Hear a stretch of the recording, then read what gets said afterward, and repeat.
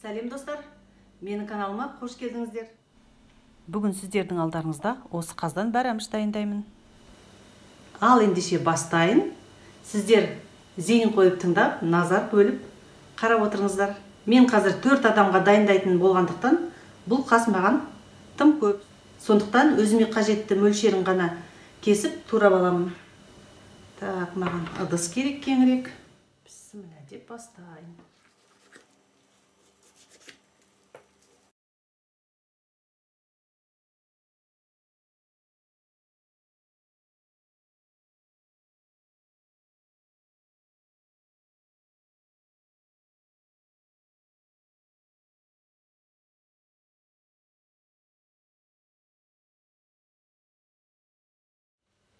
Екінші қанатын кесіп алайын.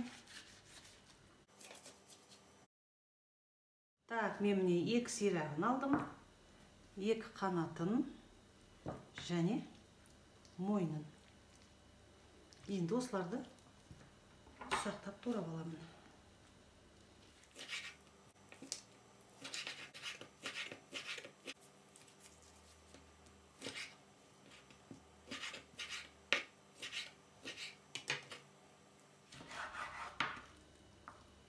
Қалың еттерін сүйектің қасында кесіп алу керек. Так, міне достар, қажетті мөлшердегі қаздың етін турап алдым. Енді осыған дәмдеуіштерін қосамын. Ол үшін ең алдымен пиязды турап аламын. Так, пиязын салдым. Енді чеснок. Осының үстіне 1 шай қасық бұрыш, 1 ас қасық тұз,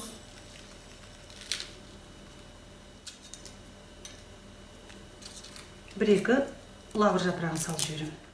Осының бәрін жақсылап араластырамын. Мінекей, етімізді тұздап дәмін келтіріп алдық. Енді бетін жауып, салқын жерге 3 сағатқа қойып қоямын. Келесі кезекте қамыр. Ол үшін 2 килограмм ұн алдым. Так, ұнымыз дайын. Енді осыған 2 жұмыртқа қосамын. 1 шай қасық ас содасын. Енді қамыр илейтін суды дайындаймын. 1 литр жылы су аламын.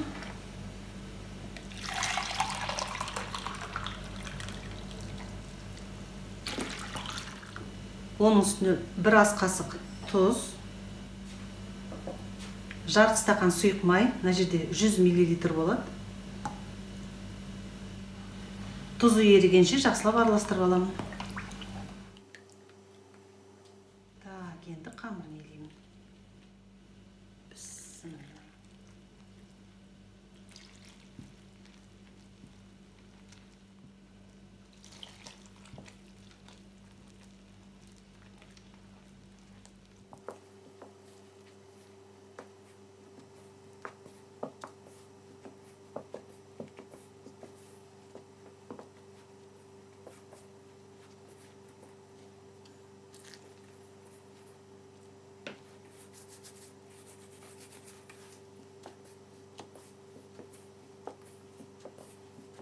Бәрәміштің қамырын тығыздап етіп илеу керек.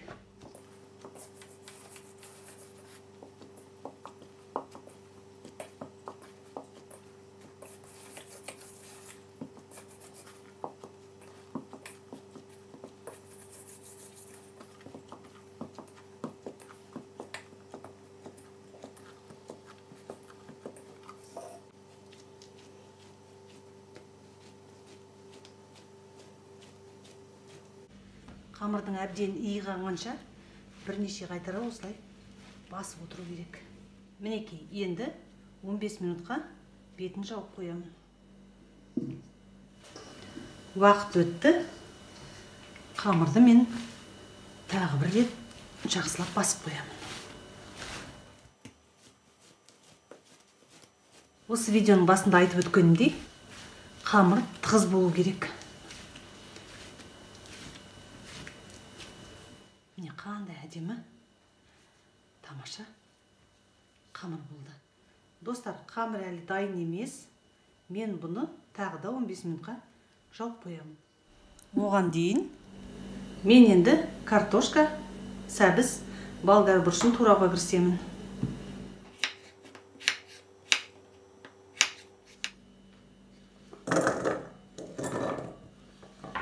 Картошка дайын, енді кезекте сәбізді турамын.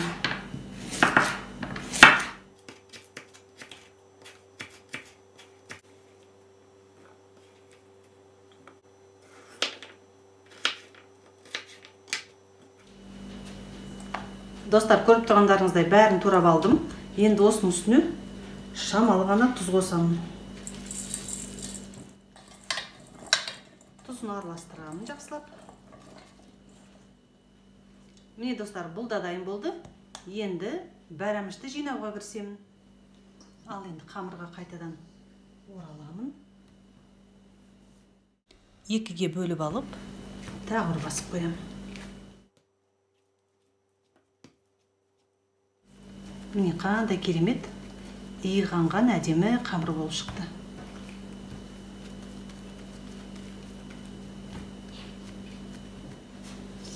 Табанның ішіне жақсылап сұйық майды жағып аламын. Мінекей, табамыз дайын. Етіміз де дайын болды. Осының үстіне бәрін қосып араластырамын. Енді қамырын есемін.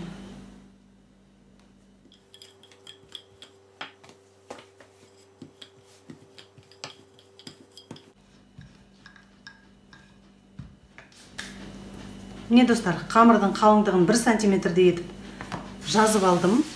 Енді осының табанның ішіне салуым керек.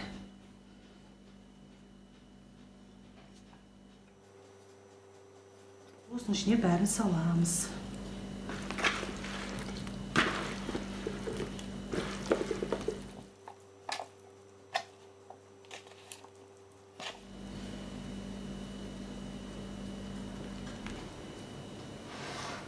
Айналдырып отырып, осылай әдемілеп, қамырын тартып, жинап шығамын.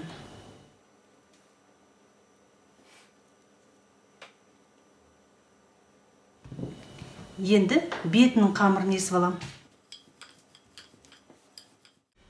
Бәліштің кіндігін жабуға осылай шамалы ғана қамыр қалдырамыз. Енді мынаны жауып шығамыз былай.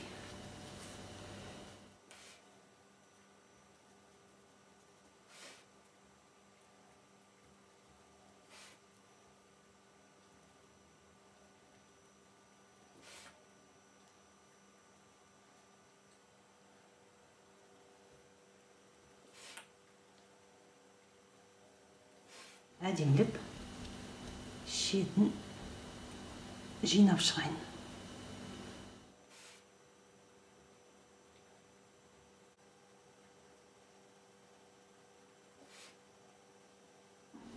Енді осының үстіне жұмыртқа жағамын. Достар, бәліштің дәл ортасынан кіндік қалдырамын.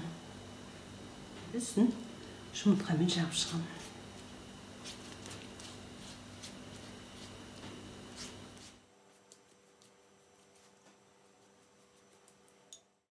Ендігі кезекте бұны 200 градустағы духовкаға 1 сағатқа қойып қоямын. Осы уақыт өткенше далаға шығып, теплицаның ішіне қар лақтырып келемін.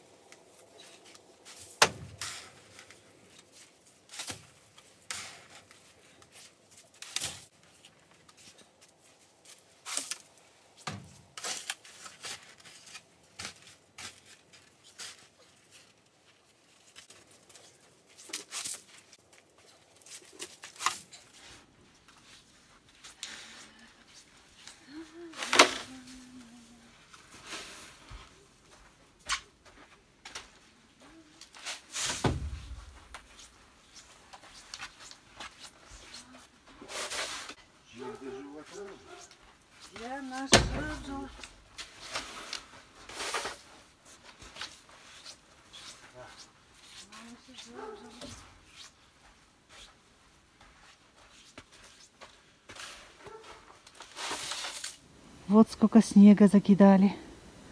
Посмотрите, снег пока легкий. Не так уж и тяжело было закидать. Все вовремя. Вот такая красота теперь. Ойнап күліп жүріп, осылай бір сағаттың ішінде біраз жұмысты атқарып тастадық. Міне достар, бір сағаттай уақыт өтті. Енді бағана қалдырған бәраміштің кіндігінен жарты литр қайнаған су құямын.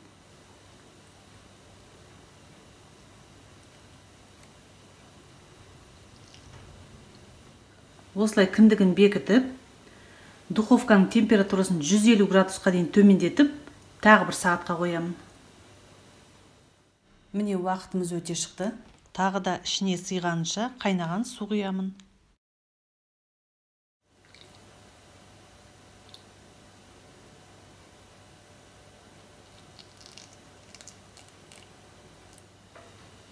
Су осымен жеткілікті. Кіндігін қайтадан бекітіп,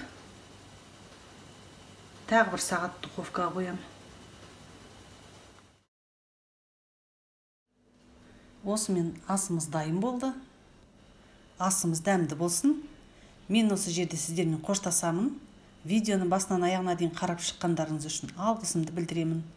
Келесі кездескенше амандықта, саулықта болайық.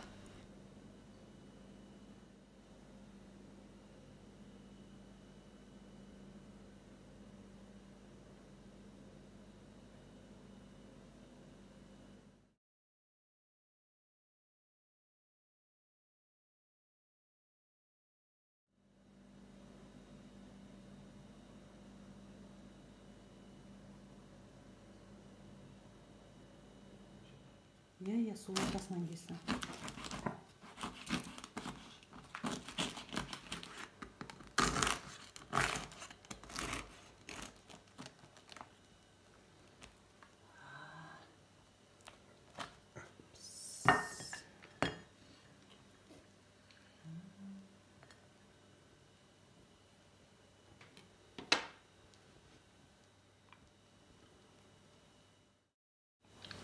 Дәмін көреміз.